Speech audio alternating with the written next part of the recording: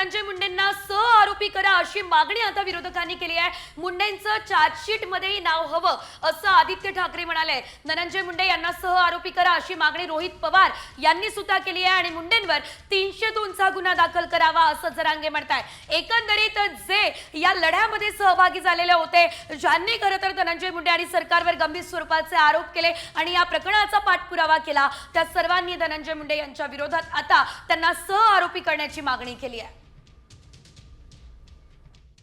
आणि म्हणून आमची सर्वांची मागणी हीच आहे की फक्त एका मंत्र्याचा राजीनामा नाही, त्याच्यावर कारवाई तर झालीच पाहिजे, सुधारित चार्जशीट आलीच पाहिजे। आपण पाहतोय बीडमध्ये तर कितीतरी हत्या होतच आहेत, पण संपूर्ण महाराष्ट्राची परिस्थिती पाहून हे सरकारच बरखास्त झालं पाहिजे की त्या लोकांना भर चौकात फाशी दिली पाहिजे। धनंजय मुंडेंना सुद्धा आरोपी केलं पाहिजे, कारण का भाजपच्याच एका आमदारांनी सांगितलं होतं की जे पैसे एक्स्ट्रॉशन एका कंपनीकडनं केलं गेलं आणि हे जी सगळी मुळं तिथूनच सुरुवात होतात, ते एक्स्ट्रॉशन आणि त्या पद्धतीची बैठक कुठं झाली असेल तर धनंजय मुंडेंच्या घरी झाली होती। त्यामुळे सुरुवात तिथं झाली असेल तर आरोपी हे धनंजय मुंडेला केलंच पाहिजे आणि पारदर्शक पद्धतीने या सगळ्या गोष्टीचा तपास झाला पाहिजे।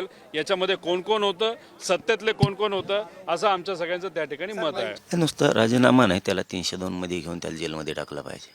नाटकबाजी नाही करायला पाहिजे, बहाणेबाजी नाही करायला पाहिजे, कोणाच तरी लेकराची जाण ठेवायला पाहिजे, नसता जनताला न्याय करावा लागेल। नाही त्याला काढून फेकायला पाहिजे। आणि आता 1.5 महिन्यातून 2 महिन्यात काय झालं आम्हाला नाही माहीत। ते अजितदादा पवारांना सांगतो आणि फडणवीसांना सांगतो त्याला काढून फेका, आमदारकी सहित 302 मध्ये घ्या त्याला, नाही तर उद्रेकाला तुम्हाला सामोरं जावं लागणार आहे। एकदा मी सांगतो, पुन्हा पुन्हा डोचू नका मला।